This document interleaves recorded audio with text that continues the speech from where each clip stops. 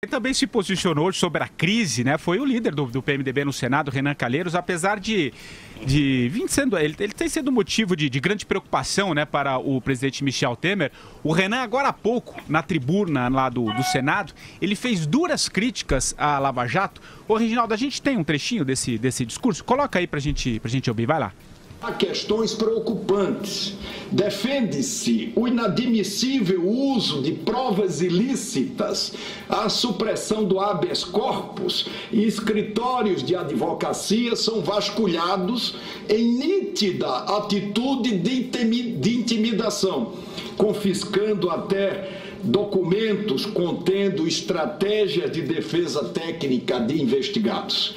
Vivenciamos, senhor presidente, os sobressaltos próprios das ditaduras, com a ampliação do denuncismo e vazamentos seletivos de processos sob sigilo, além das manigâncias para trancar ou destrancar inquéritos conforme conveniências do órgão acusador. Observamos vazamentos e a divulgação de gravações clandestinas ilegais, de conversas de investigados com seus advogados e de jornalistas com suas fontes de informação. E aí, Vera Magalhães, essa questão envolvendo ele, o presidente Michel Temer, não anda nada bem, né? Você veja que ele mistura tudo no mesmo balaio, com com a falta de clareza e a falta de honestidade típicas do Renan Calheiros, para tentar fazer crer que é tudo a mesma coisa. Só que ele misturou muitos assuntos aí bastante diferentes. Os escritórios de advocacia que são vasculhados são os escritórios de advogados que são suspeitos de ser cúmplices em crimes. Não são de advogados que defendem os seus clientes. Não houve casos de advogados que defendem os clientes simplesmente que tenham sido objeto de busca e apreensão. Só quando há sinais, indícios de que os advogados participam dos delitos que estão sendo cometidos. Quando ele mistura vazamentos de gravações contra investigados, que não são vazamentos, mas são, na verdade, fruto de quebra de sigilo por parte tanto do juiz Sérgio Moro quanto do ministro Fachin, que são os relatores, e aí autorizada a divulgação dessas conversas, ele mistura a coisa do jornalista que não é investigado e que teve a gravação vazada em represália para tentar fazer uma solidariedade geral, que não é o caso. Tem que se separar os casos, os diferentes casos têm de ser tratados de maneira diferente.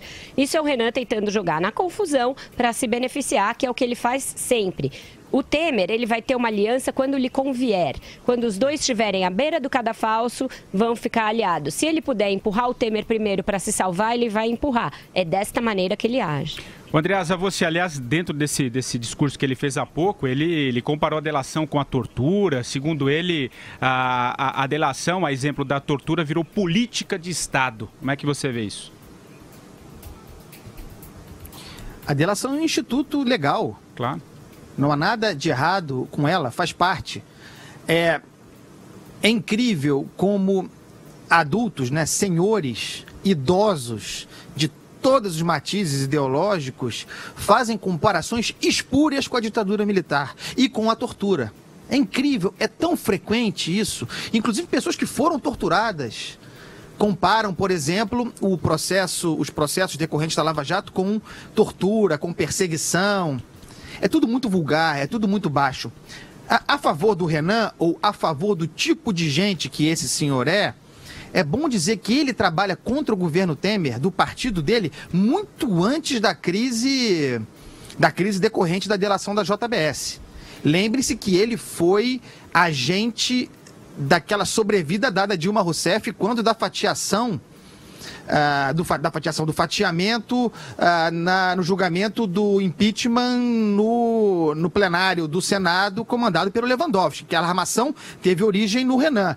Sempre trabalhando contra o Temer, muito ligado ao PT, aliás, mais ligado ao PT do que ao presidente Temer e ao grupo do presidente Temer.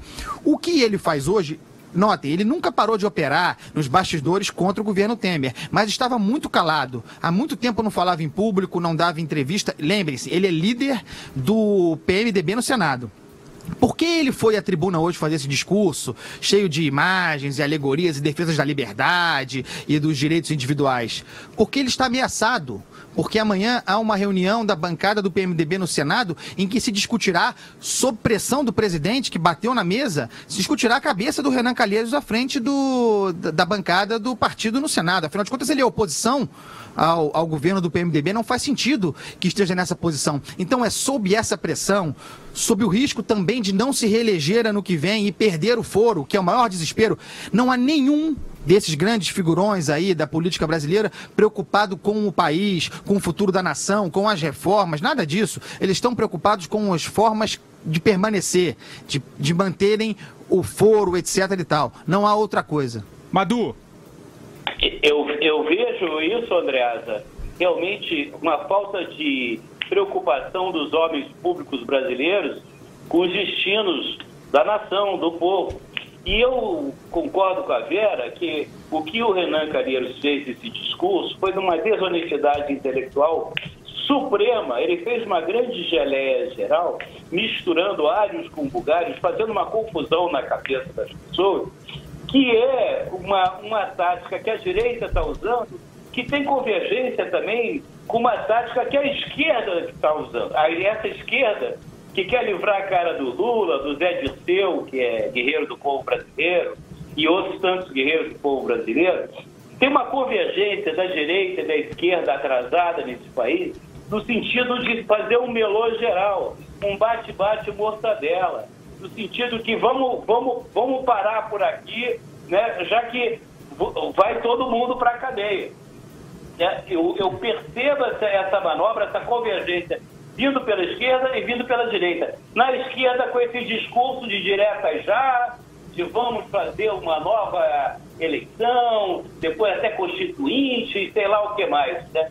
Quando a questão, eu acho que, fora Temer, sem dúvida nenhuma, mas dentro da Constituição, né, eleição indireta, com esse Congresso sair com pressão da sociedade. Agora não, eles querem o bate-bate-bota dela, isso pela esquerda. E na direita é isso aí, esses apoiamentos de momento do Renan, todo mundo querendo se segurar para não cair. Mas vão cair, pessoal. Nós vamos pressionar e eles vão cair todos. Foi muito importante isso que o Andreasa lembrou, que o Renan está com a liderança ameaçada na bancada do PMDB. Ele achava que ia deixar a presidência do Senado de fato, mas não de direito, que ele ia continuar mandando ali. Não pensava que alguém que já foi seu liderado e que já teve muito menos força do que ele, que é o Eunício Oliveira, assumiria efetivamente. Mas o Eunício ali meio calado, meio na surdina, foi tirando alguns postos de poder que o Renan tinha. Então, é um animal acuado, reagindo à perda gradual de poder e ao fato de que a Operação Lava Jato está encurralando ele por todos os lados. Ele já é denunciado, ele já é réu em uma ação e tem outros processos correndo e vai ter outros decorrentes da delação da Odebrecht, por exemplo. Diga, Andreasa. E é o seguinte, o presidente Temer empodera frequentemente o Renan Calheiros, que, no entanto, tenta derrubá-lo o tempo todo. Por exemplo, e é uma vulgaridade, é uma cafonice, é de toda sorte. Ontem, o presidente Temer, com grande comitiva, foi para Alagoas. Alagoas está sob calamidades, chuvas, enchentes, destruição de cidades, gente sem casa, gente morrendo, um flagelo absoluto. No entanto, se planta aqui e acolá que o Temer fez essa viagem para agradar a Renan, para fazer um afago em Renan. E Renan sobe na tribuna e agradece ao presidente por isso, como se o estado de Alagoas fosse propriedade do senhor Renan. Então, o presidente muda o ministro da Justiça e aí se diz que o Renan ficou... E é verdade, não é mentira, que o Renan ficou satisfeito com a troca, que o agrada, que não se dá muito bem com o Serralho, etc e tal. Então, vai se empoderando esse tipo de gente, esse tipo de política que se apropria da atividade pública e com fins privados. É a cafonice extrema isso. Fala, Amador. Não, isso não é cafonice, o nome disso é patrimonialismo. Você tem toda a razão, porque esses caras enxergam o país. Eles enxergam o Brasil como uma propriedade privada, como feudos. Alagoas é um feudo, Maranhão é outro feudo, Minas Gerais é outro feudo. É assim que esses camaradas enxergam o Brasil, Adriano. Só que esse Brasil, desses caras, acabou. E vai ter que acabar. Entendeu? De qualquer maneira, porque não tem mais sentido no mundo contemporâneo essa visão atrasada.